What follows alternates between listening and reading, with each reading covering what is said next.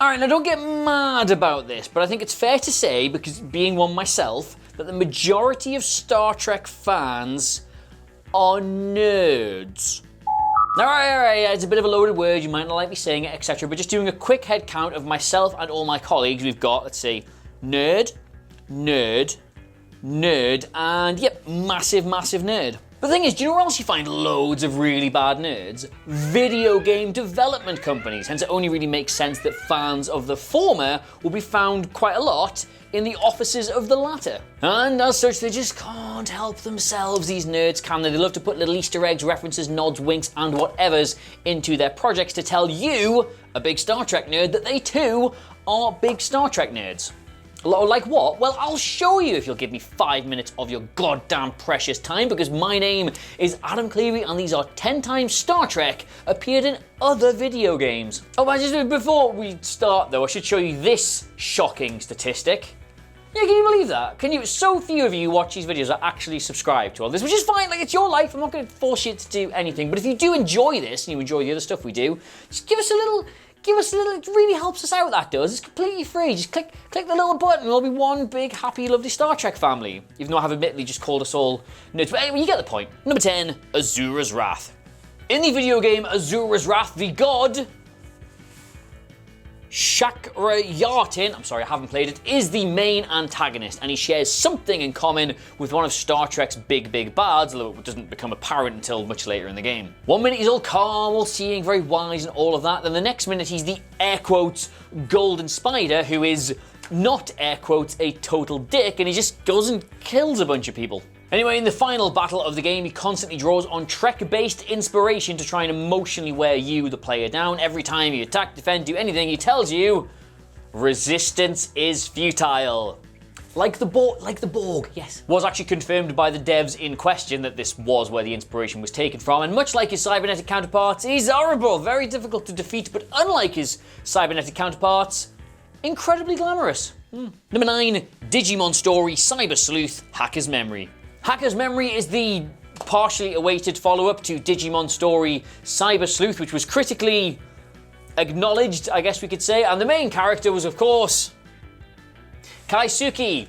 I haven't played that either. It takes place in the near future in a city called Shibuya, Japan, where it's like this thing, cyberspace or something. It's called Eden. You can physically go into it. It's where the Digimon live. I'm really sorry. Gets into a bit of a scrape, right? Because he has his account for the cyberspace thing stolen, so he goes in, he tries to fit in. He's a young Digimon trainer. He gets his own Digimon, but it's not particularly good Digimon. And then this other dude shows up and uses an Ogremon and another like mad Digimon to fight him. But it's a happy ending because he gets saved by 2 of his friends, who then save him and take it back and then introduce him to some more of their friends. But the problem is that their friends are really good Digimon trainers and they're really unimpressed with his Digimon efforts. So they start to call him Red Shirt. That's good. That's good. I'm sorry I don't know more about that game. I was a Pokemon boy through and through when I was 10, and then 20, and then still at 30, and still. Look, I just really like Pokemon, basically. Number 8, Duke Nukem 3D. Alright, okay, if you don't know what Duke Nukem is or any of the games, if you're just too young to remember this, it was a moment in time, let's say, and feel free to go and ask your parents, specifically ask your dad about Duke Nukem, and then, while he's within earshot, go and ask your mother to shake it, baby. There isn't really too much I can tell you about this game. This was like the second one. Duke saves the galaxy, then he goes to Earth for a vacation, but when he gets there, the aliens are there, and they've mutated all the police into pigs, and you can throw money at strippers, and Duke just basically, every gun is a metaphor for his own penis, and that's kind of it. That's kind of it. Anyway, because it was just a big laugh, a lot of fun. I mean, literally, you could throw money at strippers and they would remove items of clothing. Polygon strippers, by the way, tiny, blocky, square strippers, not even the hot stuff you get today, etc., etc. It's full of pop culture references, like Jaws is in there, Aliens in there, Terminator's in there. Like it's loads of stuff in there, but Star Trek is in there more than anything else. There is a level called Warp Factor. There is a level called Tiberius Station. All of the consoles on all of the walls look suspiciously like those from the Next Generation. And in the expansion pack, there is a boat. There is literally a boat called the Kobayashi Maru. I mean, what more do you want?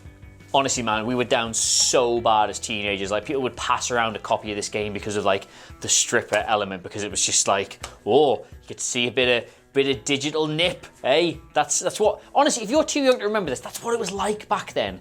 We're desperate. Number 7, the Final Fantasy series.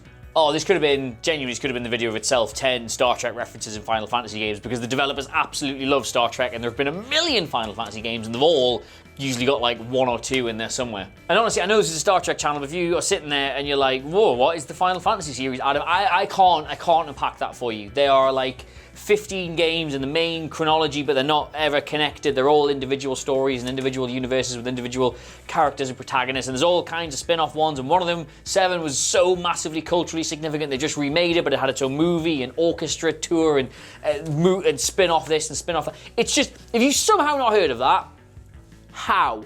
Now, the major ones here are the fact that, yes, in Final Fantasy 3 and Final Fantasy 4, the airship that you get to pilot around to go and save the little world is called Enterprise. That's not a coincidence. They directly named it that because this was the 90s. I think, was the Next Generation at this point? Maybe or maybe not, but they love the original series so much, Square, that they called it that. The best one by a goddamn mile. There were millions. There were just absolutely millions. We're only focusing on the good ones here. The best one by a goddamn miles in Final Fantasy 9. You ask an NPC whether or not his potions are particularly effective, and he says, "Damn it, Jim, I'm a doctor, not a miracle worker." And that popped me crazy when I was a kid. The most subtle one, though, in Final Fantasy XIV, there is a shipwrecked vessel called... Anybody? Shipwrecked? Shipwrecked vessel in Star Trek? What's the gag? Kobayashi Maru. Yeah, you were there. You were there ahead of me. There you go. Number 6, Hobo Wars. Right. Okay, so like the Final Fantasy series, if you haven't already heard of this title, there's probably not a lot of explaining I can do for you, but let's just say... Hobo Wars was also a moment in time because a lot of people thought it was very funny, very harmless joke that they could have, and a lot of other people were like, maybe we shouldn't particularly glorify or encourage violence between homeless people for money, food, and shelter. You make up your own mind. Now, there's lots of references in here because it was supposed to all just be an enormous bit of fun, so they had a TARDIS in, amongst other things, but there is one very subtle, very clever, very... certainly there reference to Star Trek. You meet one of the combatants, a hobo of some renown, who starts regaling you with some of the many interesting, unbelievable things that have happened to him in his life. The joke being that none of them have actually happened to them. Anyway, one of the things he recounts is just the plot to Best of Both Worlds, where he gets kidnapped by a race of cybernetic creatures, forced to be their mouthpiece to overthrow humanity, but in the end he's rescued by his crew and then he manages to convince them all to go to sleep. That's the plot to Best of Both Worlds. There's a lot of this stuff, a lot of television Easter eggs and Hobo Wars. I don't want to talk about it anymore.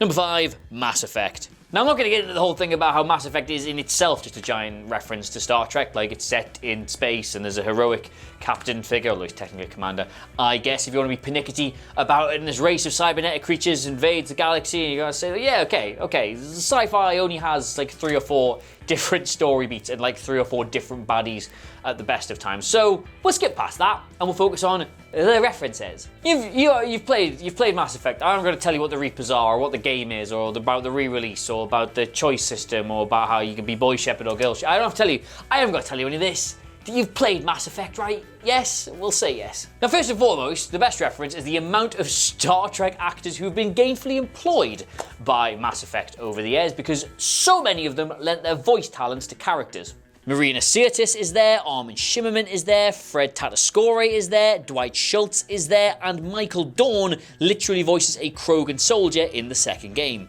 And speaking of the Krogans, there is a confrontation between Commander Shepard and a Krogan soldier, the dialogue of which you will recognise. Shepard warns them that they are literally going to get crushed if they have a fight here because there's falling debris all over the place, and the Krogan says, yes, exhilarating, isn't it? Which is, you remember that? From The Search for Spock, it's Kirk and Krug, whatever he was called. They're gonna fight. They're gonna do a fighty, but it's all blowing up. It's like we'll be killed. And he's like, yes, exhilarating, isn't it? It's my Christopher Lloyd impression. Sorry. Anyways, a million others. There are a million other references. They loved Star Trek, the developers of that game. So look them up. Look them up, as if that's not my job, I'm sorry. Number 4, Jet Set Willy 2, The Final Frontier. Now, I really hate to say the clue's in the name here, because again, that's me not doing my job, but also, the clue, it is in the name. Now, Jet Set Willy 2 and I did have to look this up as I was incredibly not alive at the time, is a sequel to Jet Set Willy, one of the most important and popular games of 1984, which was itself a sequel to Manic Miner. But I mean, come on, you knew all that. Now, despite the fact that I don't think any of us have probably heard of it, well done if you have, aren't you very impressive? They got a new developer on board for the sequel to the sequel, a Derek P. Rousing, and he was very obviously a massive Trekkie. Now again, despite the clue being in the name, the map of the ship itself, if you fill it all out in the cartography room, is incredibly Enterprise shaped. In fact, I would go as far as to say it is the shape of the Enterprise. You turn right from the cartography room though, and you see a door down a corridor which says NCC 1501. Now I've checked this, I did check this myself, there is no ship with that registry ever in Star Trek. I don't really understand. Now from there, travel on a bit, you enter a room called the Trouble with Tribbles, where you have to jump over lots of tiny little soft furry things, and then from there, you enter the Teleporter room for a level called Beam Me Down, Spotty, which might as well have been called Please Don't Vigorously Prosecute Me, Mr. Roddenberry. Number 3, Minecraft. Now, right, yes, there are nods to everything in Minecraft if you look for them, because everything is in Minecraft, because the whole premise of the game is you just make whatever you want, and there's enough people playing it that everything has now been made in Minecraft forever. It's Lego, isn't it? Minecraft, it's Lego for the TikTok generation. And I do not care how old that makes me sound.